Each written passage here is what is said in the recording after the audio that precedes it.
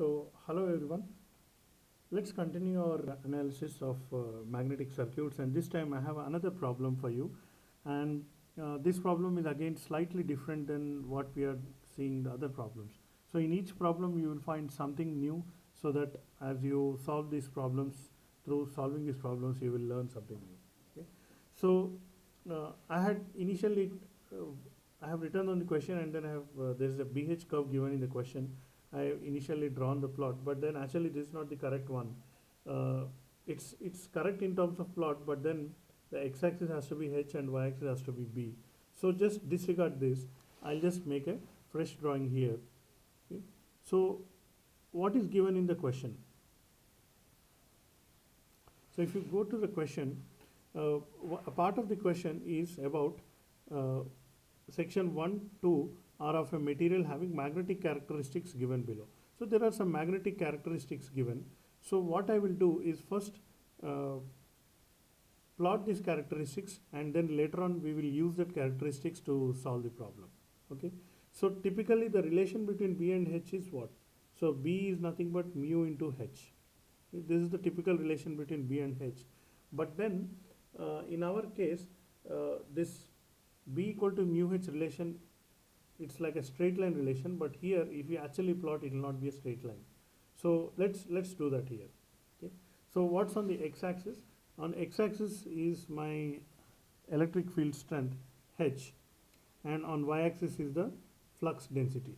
So basically this is the input and this is the output. The units are, this is Tesla and this is in ampere turns per meter. Okay. So basically what I am doing is I am creating an electric field intensity. As a result, in that material some flux density is the occurring. So for how much electric field intensity, how much flux density I am able to generate is what is given in this BH curve plot. Okay. So I'll mark 0.2, 0.4, 0.6, 0.8, 1.0 and 1.2, because these are the points that are given in the question. Here 0.2, 0.4, these are the data points that are given. Okay. And let me mark the x-axis also here. So 100, 200, 300, 400, 500, 600, 700, 800, 900, 1000, 11, 12, 13, 14 and 1500. Okay. So this is 1500. So this is 700, this is 1200 and so on. Okay, I'm just writing some data points on the x-axis. Now let's draw the plot. So to generate 0.2 Tesla, 100 ampere turns per meter is required. Okay, so this is one data point, 100 and 0.2. So another data point, to generate 0.4 I require 210. Okay, so 0.4 I require slightly ahead of 200. Okay. To generate 0.6 I require, so this is 300, this is 400, somewhere in the middle of this is 340, and then I am able to generate 0.6 Tesla. Okay. So to generate 0.8 Tesla, I require 500. Okay. So I'll just draw one more line like this, and then 0.8 is here. Okay. And to generate 1 Tesla of flux density, I require 800. Okay.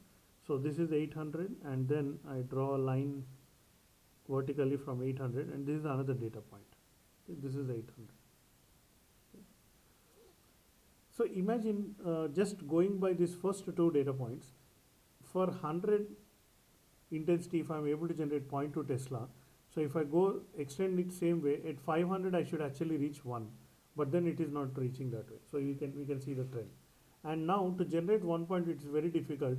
I almost double the field intensity. To just increase the flux density by 20%, I have to go almost double actually. So let's see that. So 1500, the field intensity or flux density is this point. Okay. So now if I join, I get a curve. So this is the BH curve of the material, BH curve of material which is used in the question. Okay. So now for any value of H, I can extrapolate and find out what is the value of B or vice versa. Okay. So let's keep this plot with us. We will be using it in our calculations. Okay. Now let's come to the question. A series magnetic circuit comprises of 3 sections. Length. So there are 3 sections in the series magnetic circuit. So length of 80 mm with cross section area of 60 mm square, length of 70 mm with cross section area of 80 mm square, and an air gap length of 0.5 mm with cross section area of 60 mm square. Okay. So if I want to pictorially show, because there are 3 sections, one including the air gap, so and then the cross section of area is 60 mm, and the cross section of the first part is also 60 mm. So what I'll do is I'll create a semicircle like this. Inside this, I'll introduce an air gap. Okay. So this is the air gap.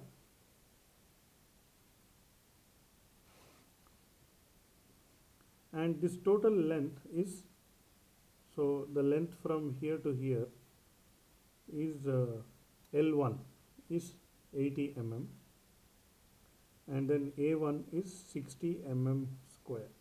Similarly, the air gap length LA is 0.5 mm, and the other material has a cross section area of 80 mm square and the length of 70 mm. Okay. So I'd show it as a slightly bigger cross section area. So here area 2 is 80 mm square, and then the length, the L2 is 70 mm. So I have just drawn the circuit. So it's a series circuit. Why I given the air gap here is just to make sure that the cross section area of the air gap is equal to the cross section area of the first material. So this is the first material, this is the second material. In fact, the material is same, the BH curve is given for that. The cross section areas and lengths are different. Okay, so this is our magnetic circuit, 3 series elements. Okay. Determine the current necessary in the coil of 4000 turns wound on section 2. Okay. So there is a coil. So for this coil, N equal to 4000 turns. Now what is the current? This is the question. Determine the current necessary in the coil 4000 turns in the section 2 to produce a flux density of 0.7 Tesla in the air gap. So here B equal to 0.7 Tesla. Okay. In the air gap, neglect magnetic leakage. So this is the question given to you. Okay. So anywhere in the question, the relative permeability mu R is not given. Not given. So the reason is the BH curve itself is given. So anybody gives mu R value, it means they are assuming this to be a straight line. But instead of assuming it as a straight line, the actual characteristic curve is given. So we don't require mu R. Okay. So basically what we have to find is the ampere turns. Okay. Now some videos back I have explained the procedure to calculate the magnetic circuits. So let me just review that. So can we use the above part? So for calculating reluctance, we assume that the mu R is known, but this path we cannot use it. So what we have to do is, from the flux density, I know how much intensity is required, and from the intensity, if I multiply with length, I know how much MMF is required. So this is the path we are going to use in our problem. Okay? So come back here. Okay? So let's look at the air. Okay? What is the flux density? 0.7 Tesla. Okay? So what is the electric field intensity in the air? Okay? So you know, for air, B equal to mu H. Of course, this is for any medium. B equal to mu naught mu R into H, but mu R is 1. So therefore, H is nothing but B by mu naught. So from this, I will know what is the H for the air. Okay? So 0.7 Tesla divided by mu naught, 4 pi into 10 power minus 7. Okay? So let's calculate this. Okay? So what do I get? So 10 power minus 7 will become 10 power plus 7, and then point I remove, so 7 into 10 power 6 divided by 4 pi. Okay, so that is a calculation I'll do in my calculator. So yeah,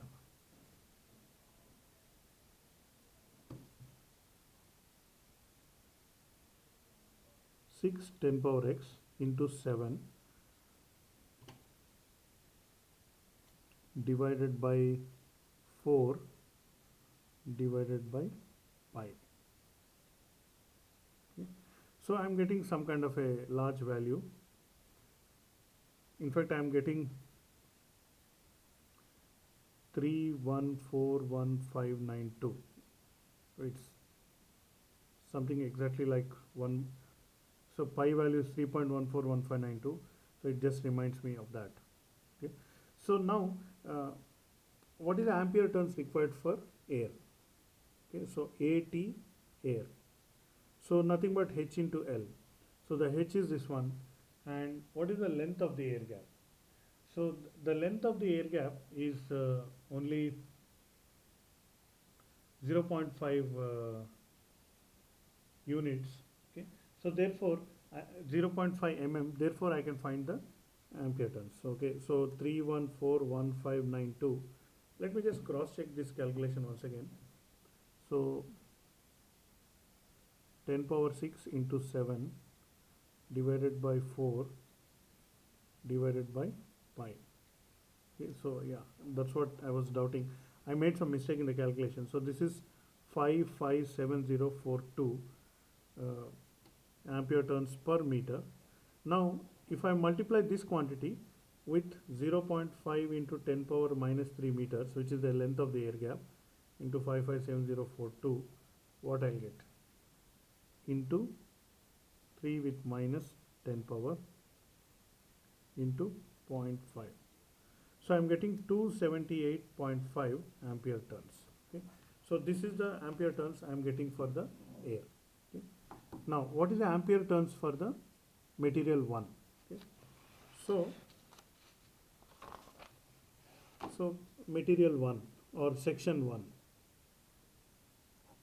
So flux density is 0.7 Tesla, cross section area is 60 mm square, is nothing but 60 into 10 power minus 6 meters square.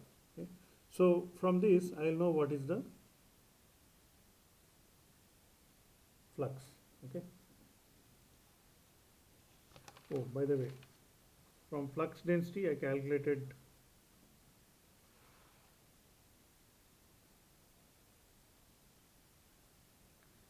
let me read the question. Produce a flux density of 0.7 Tesla in the air gap.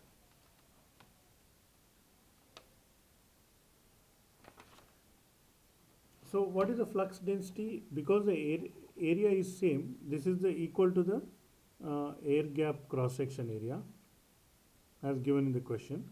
So therefore flux density is 0.7. Now for that flux density, how much is the H? Okay. Now I go back to the plot, or I go back to the data. 0.7 data is not given, so we don't know. So then again you come here. So 0.6 and 0.8 is there. So we draw a horizontal line at 0.7, and somewhere it's intersecting, and then you draw a vertical line. So it is coming somewhere just after 400 and 500. So we need to exactly calculate using more accurate method. But then here I'll just approximately take it. So 400 is slightly closer to 400. So I'll assume it to be 420 ampere turns per meter. So now what is the length of the first material? That is 80 mm, which is nothing but 80 into 10 power minus 3 meters. Okay. So therefore the ampere turns required for the first material or first section is 420 into 80 into 10 power minus 3. Okay. So how much will I get? Let me just calculate that. So 10 power minus 3, it will cancel out two zeros. So 4.2 into 8. Okay. So 4.2 into 8. So I get 33.6 ampere turns. Okay. So this is the ampere turns I am getting.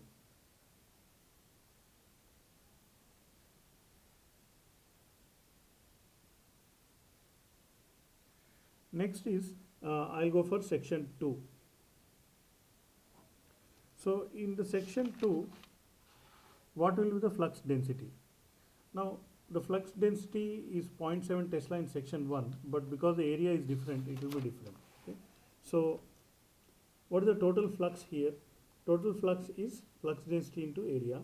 So 0.7 Tesla into 60 into 10 power minus 6 meter square, which is nothing but 0.7 into 60 is 42 into 10 power minus 6 Webers. Okay. Now this much flux is now spread across, what is the area 2?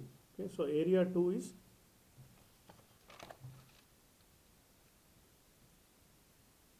length of 70 mm. Okay, so here I have written area 2 is 80 mm square. Okay. So now this much flux is spread across 80 mm square. So therefore, what is the flux density in the second section? Okay. Flux density in the second section is total flux divided by area.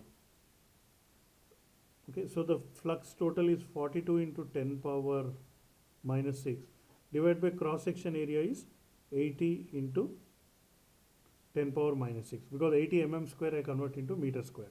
So these two will get cancelled out. 42 by 80. So let me calculate that, divided by 80. I get 0.525. Okay, 0.525 okay, Tesla. So this is the flux density. Now the question is, what is the electric field intensity for this flux density? Again, if I go back, there is no data for 0.525. So again, I roughly come here. 0.525 is slightly above the middle of this. So and then I draw approximately a line. So approximately it comes to 300. So from the plot, I'll assume that it is near to 300. Okay. So therefore H is 300 ampere turns per meter. You say corresponding to 0.525 Tesla. Okay. So therefore, what is the ampere turns for section 2? Okay. Is nothing but H dot L or H into L. So 300 ampere turns multiplied by what is the length? Okay. So you come back here, the length is 70 mm. 70 mm or 70 into 10 power minus 3 meters. So all zeros are gone. So I am left with 21. Okay. So I am left with 21 ampere turns. Okay. So now I have all total ampere turns is nothing but ampere turns of section 1, okay, plus ampere turns of section 2 plus ampere turns of air gap. Okay.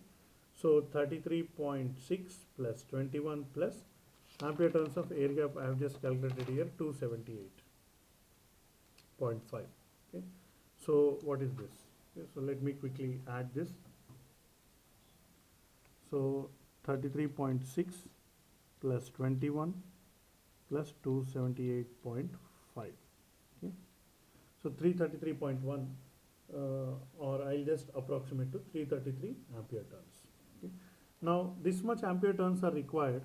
Already I have number of turns to be 4000. I think it's given in the question. So therefore the current required in the coil is total ampere turns divided by N, that is 4000 divided by 333. So I'll get 4000 divided by 333. Oh, I'm sorry, it is reverse. So 333 divided by 4000. So 0.08325 amperes. Okay. So this much of current, if it flows in this particular coil, so I'll write it here. That much current, if it flows, then it will be creating a flux density of 0.7 Tesla in the air gap. Okay. So this is the procedure for solving this kind of problems. the new concept or new thing that is coming here is this.